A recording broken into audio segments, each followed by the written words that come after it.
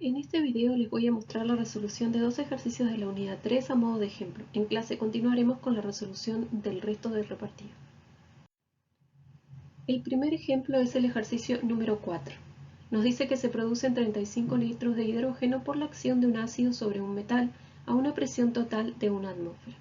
Calcular el trabajo efectuado por el sistema y expresarlo en litro atmósfera, caloría y joule. Entonces, lo que sabemos es que se produjeron 35 litros de hidrógeno y dado que no tenemos hidrógeno inicialmente en el sistema, el volumen inicial de hidrógeno será 0. Por lo tanto, la variación de volumen es de 35 litros. Lo vamos a volver a analizar esquemáticamente en la siguiente diapositiva para recordar además la elección de la frontera. A su vez, esto ocurre a una presión atmosférica, por lo tanto la presión opuesta es constante e igual a 1 atmósfera.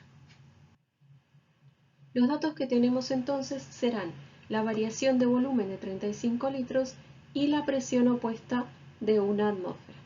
Podemos visualizar el sistema como si ocurriera dentro de un émbolo con un pistón ideal, es decir, libre y sin peso ni rozamiento, que descansa sobre la superficie del líquido. En este caso será el ácido donde se coloca el metal y sobre este pistón el exterior ejercerá una presión de 1 atmósfera. Una vez que comienza la reacción, se produce gas y el mismo comienza a elevar el pistón hasta completar el volumen de 35 litros. Podemos definir entonces el sistema como el gas únicamente y de esta forma inicialmente nuestro sistema posee volumen cero. Para calcular el trabajo que realiza el sistema en este proceso debemos recordar la fórmula general de trabajo, el opuesto de la integral de la presión opuesta respecto al volumen.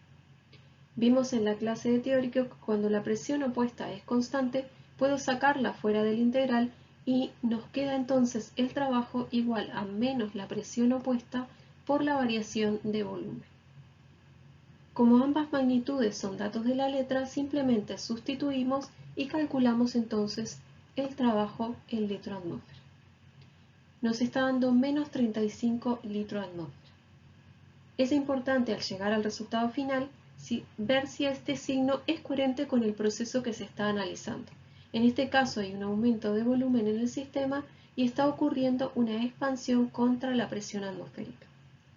Por la convención de signos que vimos en clase, este trabajo debe ser negativo, ya que es realizado por el sistema sobre el ambiente. Se pide además expresar el resultado en caloría o joule, que son de hecho unidades más usuales para expresar lo que es la energía. Para realizar la conversión pueden utilizar valores de conversión de tabla o utilizar los valores de R de constante para los gases que vieron con Daniel. El procedimiento lo analizamos en un ejemplo que vimos en el teórico, en la clase número 5. Planteamos que el valor de R en calorías equivale al valor en litro atmósfera. Y luego, por regla de 3, despejamos nuestra incógnita correspondiente. De forma análoga podemos proceder para el valor de R en joule y obtener la convención que estamos buscando. Si observan la regla de 3 que aplicamos, ven que para convertir de litro atmósfera a calorías multiplicamos por el R en calorías y dividimos por el R en litro atmósfera. O sea, multiplico por el R en las unidades objetivo y divido por el valor de R en las unidades conocidas. Pueden utilizar esta regla, pero con cuidado de no incurrir en un error y determinar el inverso dependiendo de cuál sea mi incógnita. La regla de 3 puede ser más eficiente en evitar esta inversión. Veremos ahora el ejercicio número 5. Se nos pide predecir los signos de calor y trabajo para tres procesos diferentes. En la parte A, el proceso es la fusión del hielo a una atmósfera y 0 grados Celsius, es decir, a presión atmosférica y en un sistema de agua líquida en equilibrio con el sólido, por ejemplo. La presión opuesta será una atmósfera y será constante. El trabajo W' lo podemos considerar 0 y en estas condiciones, como vimos en el ejercicio anterior, podemos plantear el trabajo como menos la presión opuesta por la variación de volumen del sistema. Para analizar el signo del trabajo, entonces debemos determinar cuál es el signo de esa variación de volumen. Para lo cual nos debemos preguntar si el volumen aumenta o disminuye, se trata de una expansión o una compresión cuando ocurre la fusión del hielo. Para eso lo que podemos hacer es comparar el valor de la densidad del agua líquida con la densidad del agua sólida.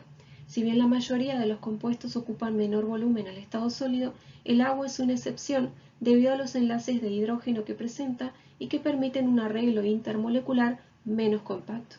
Esto explica que el hielo frote sobre el agua líquida por su menor densidad. Si el hielo posee menor densidad, significa que para la misma cantidad de masa se tendrá un mayor volumen al estado líquido, o lo que es lo mismo, se tendrá menor volumen para el agua líquida obtenida a partir de una masa determinada de sólido.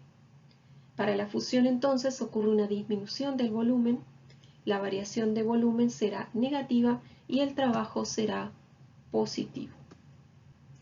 Otra forma de verlo, muy similar a la anterior, es analizando directamente el volumen, ya que sabemos que el agua líquida ocupa menor volumen que el agua sólida y es el motivo por el cual si llenamos una botella de agua por completo y la colocamos en el freezer, puede llegar a romperse si sus paredes son rígidas.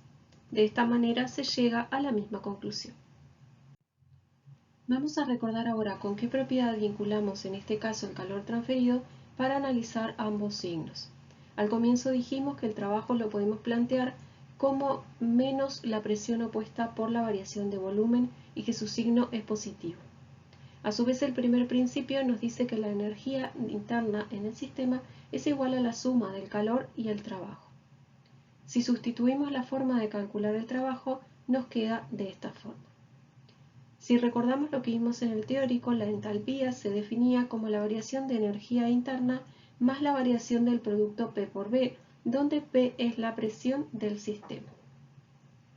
Como el proceso se realiza a presión constante y la presión inicial en el sistema es igual a la presión final y es igual a la presión atmosférica, entonces la variación de P por B es igual a la presión opuesta por la variación del volumen. De estas dos ecuaciones podemos concluir que el delta H es igual al calor. Esto ya lo habíamos hablado un poco en clase. Siempre que pueda decir que la presión opuesta es igual a la presión inicial y a su vez a la presión final del sistema y es constante, el calor será igual a la variación de entalpía. Para determinar el signo debemos recordar nuestro conocimiento previo del proceso. Para que se dé la fusión, debe entregarse energía al sistema, lo cual permitirá vencer las fuerzas intermoleculares y pasar al estado líquido. Por lo tanto, en este proceso se absorbe calor y el signo tanto del delta H como del calor será positivo. En la parte B vamos a analizar una expansión isotérmica de un gas ideal. Este proceso fue analizado cuando se definió trabajo en las clases de teórico. Si lo analizamos de forma esquemática, tendremos un sistema con un émbolo ideal que se expande contra una presión opuesta determinada y a una temperatura constante, de manera que se produce un aumento de altura del émbolo y una variación de volumen positiva. De acuerdo con la convención de signos, siempre que tenga una expansión, el trabajo será negativo independientemente de que sea o no reversible el proceso. Si lo analizamos con la fórmula correspondiente a trabajo para una expansión isotérmica reversible de un gas ideal, vemos que como el volumen 2 será mayor que el volumen 1, el signo del logaritmo será positivo y por lo tanto el trabajo será negativo. La variación de energía interna la consideraremos función exclusiva de la temperatura. Puede ser calculada como la capacidad calorífica a volumen constante por la variación de temperatura. Si el proceso es isotérmico, entonces será cero, ya que la temperatura ambiente será constante e igual a la temperatura inicial y a la temperatura final. Esto determina, de acuerdo al primer principio, que el signo del trabajo y el calor sean opuestos. Por lo tanto, de acuerdo al signo de trabajo, podemos concluir que el calor será positivo y entonces tendremos calor absorbido por el sistema.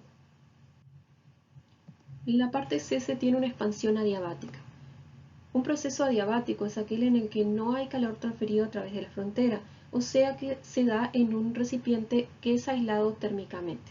Tendremos entonces un sistema, como en el caso anterior, que se expande contra una presión opuesta, pero el recipiente no permite el intercambio de calor con el ambiente. Si el calor es cero de acuerdo al primer principio, tendremos entonces que el trabajo realizado será igual a la variación de energía interna del sistema.